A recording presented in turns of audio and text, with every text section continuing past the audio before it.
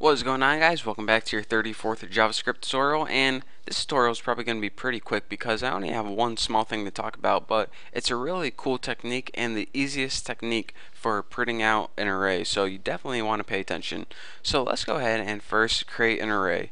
I'm just going to name it stuff, why the heck not, and new array. Let's just go ahead and create it right in here, and go ahead and type like 5 random words like apples, pears, let's see, bacon, tuna, and ham. Simple enough, and actually that looks like my grocery list. So anyways, we have an array called stuff, and it consists of 5 elements.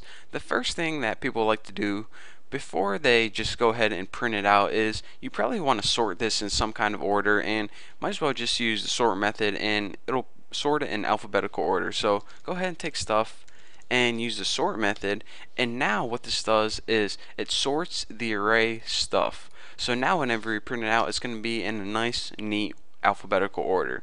So we're saying, alright, let's just go ahead and print out this array using, the technique we learned before. We go ahead and make a for loop, and then we go ahead and set I equal to 0, and then we go ahead and set I is less than, and then we go ahead and count the elements 1, 2, 3, 4, 5. So we can go ahead and set I is less than 5, and this is going to loop through it 5 times. Simple enough. But a better technique is this. Say later on you might add an element to your array or take an element out of your array, so the array size might change from 5 to 4, or make go from like 5 to 7 or something. Well, then we would have to change our for loop and things might get confusing. So a better technique is this.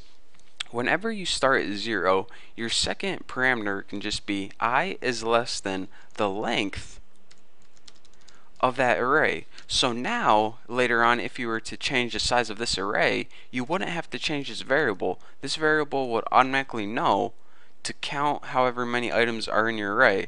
So I'll show you guys that later on, but now again, go ahead and increment it by 1 and we'll be good to go.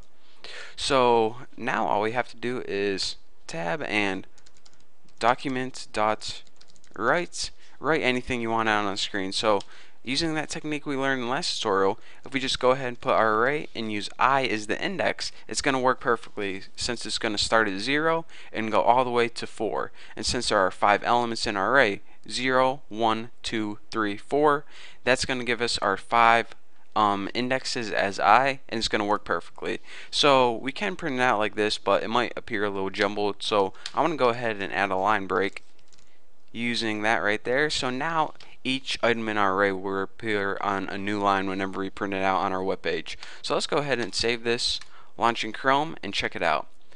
Our array, which was jumbled before, is now sorted in alphabetical order, and we also printed out nice and neat on each line. So go ahead and let me show you guys the benefit of this. So now let's go ahead and delete bacon or something. And now we only have 4 elements in our array.